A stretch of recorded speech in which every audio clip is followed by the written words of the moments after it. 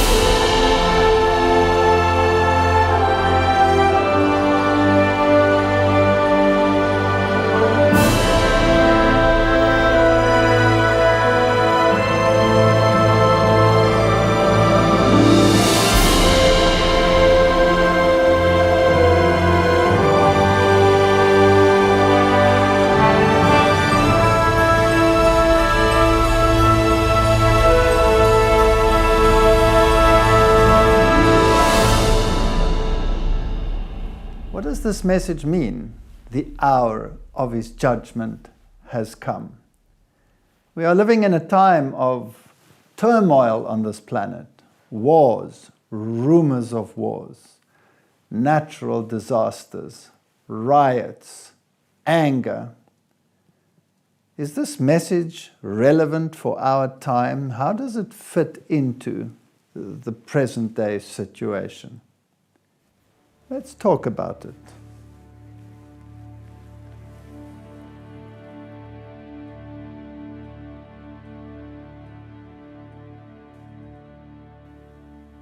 What character do we see in God? What character do we see in the creation? Worship Him who made the heavens, the earth, the sea, and the fountains of water. And we have had an opportunity to look at this beauty of creation and how it is so unselfish. It has to give in order to receive. When I breathe out carbon dioxide, and the plants absorb my carbon dioxide and give me the gift not only of food, but also of oxygen for my next breath. This cycle of giving and taking, this symbiosis, this harmony, tells us something about the character of God. When I look at the gentle flower, the delicate flower with its magnificent colors and symmetry, do I see a wrathful God in that, or do I see a kind God with a gentle touch? When I look at the insects of the world, yes, there are elements today which remind us of the issue of sin. But if I put on my glasses through the eyes of faith, I can see the remnants of a perfect creation, of perfect harmony, and of a God of kindness and gentleness and love, where beauty becomes more important than wrath, where life and the beauty it expounds becomes more important than the destruction and the crushing thereof. I can see the consequences of sin in the animal kingdom. I can see the cycle of death and destruction. But I can also see the gentleness in the eyes of a deer, And even in those animals that have the capacity to kill, when you get them in their right moment, you can see also the elements of love and beauty in their eyes. There is enough evidence of the benevolence of God in the creation. Worship Him who made. Do I believe the word? Without faith it is impossible to please Him. Faith is the substance of things hoped for, the evidence of things not seen. Whatever is not of faith, says the Bible, is sin. Of sin, says Jesus, because they believed not on me. Just as Adam and Eve did not believe what God had told them and chose to believe the lie of the serpent, so the test at the end again will be an issue of faith. Do we believe? Does that include Genesis chapter 1? In the beginning, God created the heavens and the earth. Does that include faith in this Creator God who claims that He created the earth in 6 days, 6 literal days? Today that is considered fundamentalist thinking, and it is to be abhorred according to some. But the evidence speaks for itself.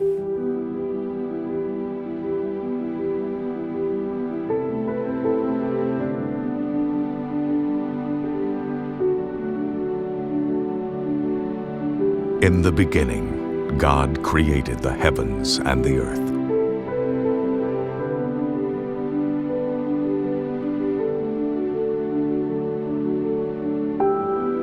And God said, "Let there be light."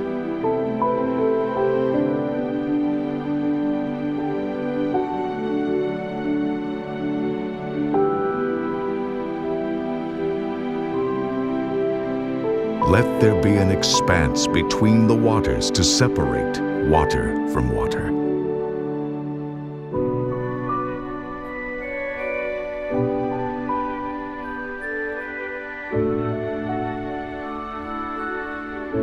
Then God said, "Let the land produce vegetation,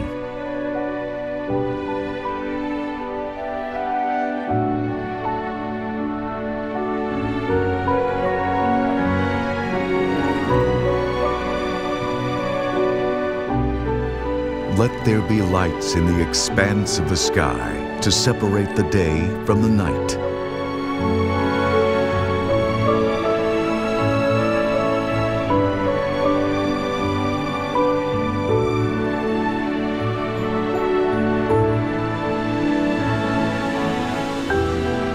And God said, "Let the water teem with living creatures."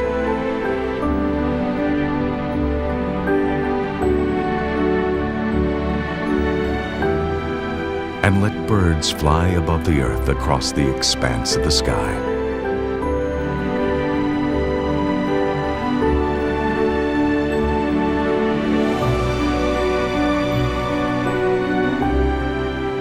And God said, "Let the land produce living creatures according to their kinds."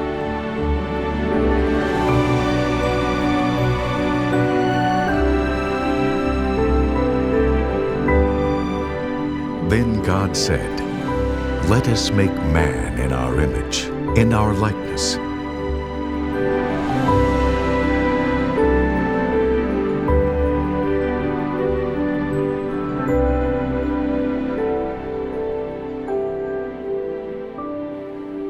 The complexity of life, the irreducible complexity, tells us that God's word is reliable.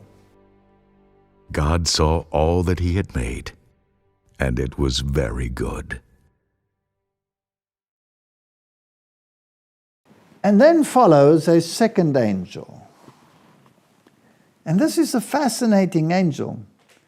And there followed another angel saying, "Babylon is fallen, that great city, because she made all nations drink of the wine of the wrath of her fornication." Who is Babylon? Why is Babylon fallen? Surely Babylon has been in a fallen state for eons, because literal Babylon fell and is no more. And the Bible tells us it would never rise again. But here in the book of Revelation, we read about another Babylon. And this other Babylon is in a fallen state. Now, Babylon has always been fallen.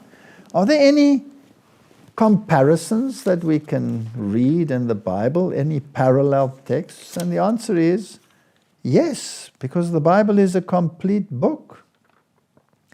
And when we go to Revelation chapter 17, we again see a woman. And we read in verse 3 of chapter 17, where John is taken off in vision and the angel takes him around. It says, "So he carried me away in the spirit into the wilderness, and I saw a woman," that is a church, "sit upon a scarlet-colored beast." That is a description of the political power embodied in the dragon, the one who controls the affairs of humanity in the secular realm, full of names of blasphemy. There you have the blasphemy again that was associated with the beast in Revelation chapter 13, that you found in the little horn of Daniel chapter 7, both of which were described as the Antichrist power by the reformers, the papal system. And here you have this church aspect.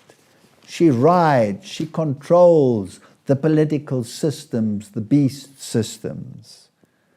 Having 7 heads and 10 horns, there you have the conglomerate that you had in Revelation chapter 13, which we have already described. And the woman was arrayed in purple and scarlet color. Aren't these the colors with which Rome decks itself? Is this not the color of the cardinals and the papal system and the hierarchy, the magisterium of the church? And decked with gold and precious stones and pearls. Is this not what we see in the idols of the church? If you go to the church where little Bambino is displayed, who is none other than the Tammuz of Babylonian eras, the gold and the jewels with which he is bedecked is of such enormous value that our earthly riches fade to insignificance by comparison. Having a golden cup in her hand. Now, isn't it fascinating that there is only one church in the world that uses the symbol of the woman with the gold cup in her hand, and that is Rome? If you walk into the portal of the Vatican and you turn to the right into the side portal, there you have the great image of the woman with a cup in her hand. But it is made of marble. But if you walk into the church of the Jesuits, there on the left-hand side you have this magnificent statue of the woman with a gold cup in her hand, putting it beyond a doubt. And you also have the image of the woman where the kings of the world worship at her feet, but she is crushing Protestantism.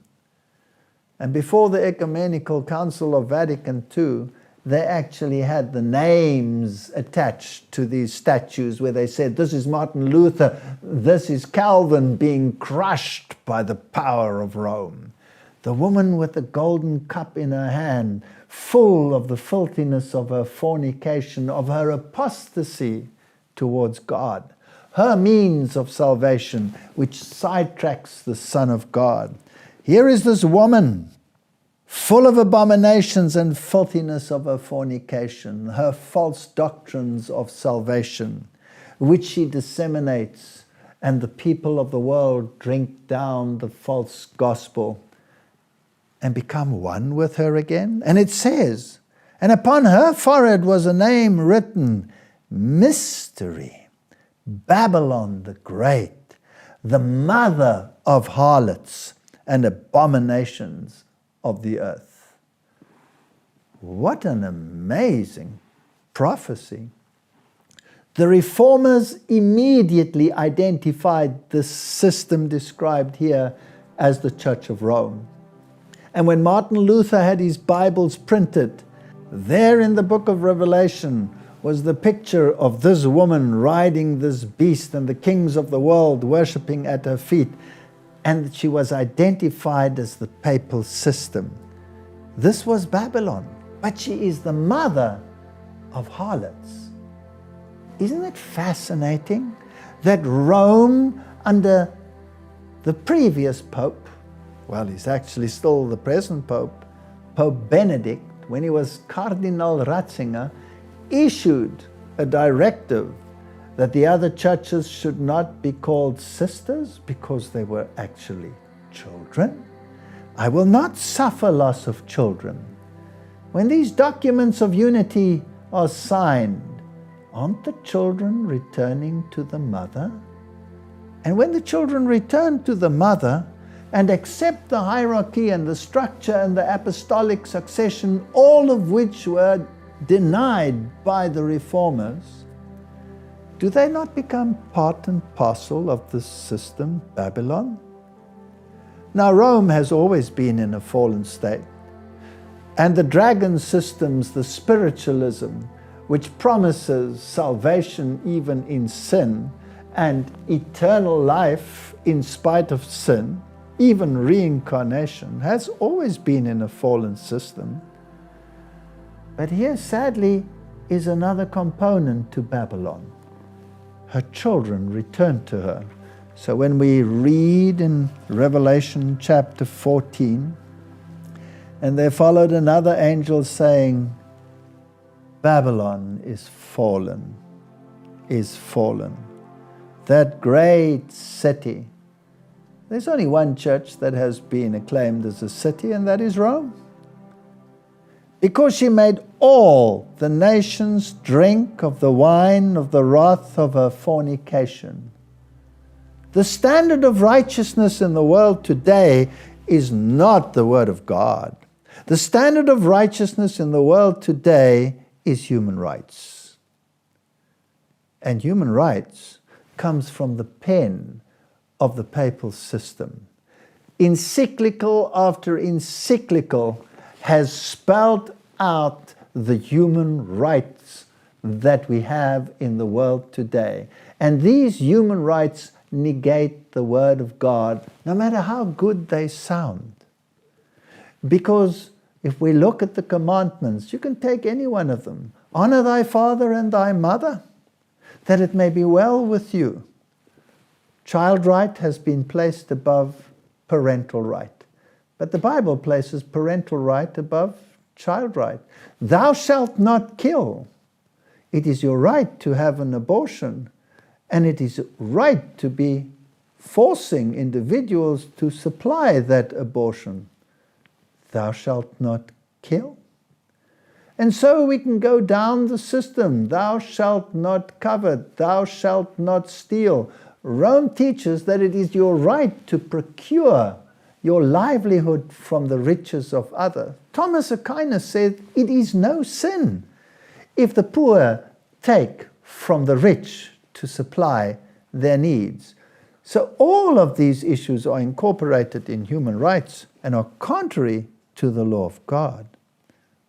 So the nations have drunk of this wine and have adopted a system of morality, not based on the Word of God, but based on the philosophy, the Greek philosophy, the natural law philosophy of Rome. And by signing these accords, Protestantism has identified itself with this system and has adopted a plan of salvation contrary to the Bible. She is fallen. She is fallen. Now, before I get to the third angel's message, this message will culminate eventually in a loud cry and will be repeated with great power at the end of time when these things come to fruition. And we have to turn to Revelation chapter 18 to find it there. Because there the message is repeated. And he cried mightily with a strong voice. This is a loud cry. So this message of the fall of Babylon is to escalate as we approach the end of all things. Babylon the Great is fallen, is fallen. And then the sad injunction. And is become the habitation of devils, and the hold of every foul spirit, and a cage of every unclean and hateful bird. For all the nations have drunk of the wine of the wrath of her fornication. This is a repeat of the second angel's message. And then the sad words, and the kings of the earth have committed fornication with her. So the political systems have aligned themselves to the philosophy of Rome. So that which happened in the Middle Ages when Rome ruled supreme is to be repeated. And the merchants of the earth are waxed rich through the abundance of her delicacies. Today we know that Rome controls the financial systems of the world. It is through the Knights of Malta and through the Jesuits who own the banking systems of the world that they control the economies of the world. And I heard another voice from heaven saying, "Come out of her, my people, that you be not partakers of her sins, and that you receive not of her plagues." This is the final punishment from God. When those plagues fall, that is the time when God's people will be relieved from the slavery of sin and taken to the heavenly Canaan, just as verily that when the plagues fell in Egypt, God's people were redeemed from the physical slavery and taken out of Egypt and to Canaan. So these issues are very important. It has become a house of demons. Why? Because the dragon gave power unto the beast, and the dragon's philosophy is in that cup. And if this philosophy becomes the philosophy of the churches that once represented Jesus and his salvation, then they are in a fallen state. And then you have to separate them yourself from them. Now, what will be the issue that leads to this separation? What will be the final crunch?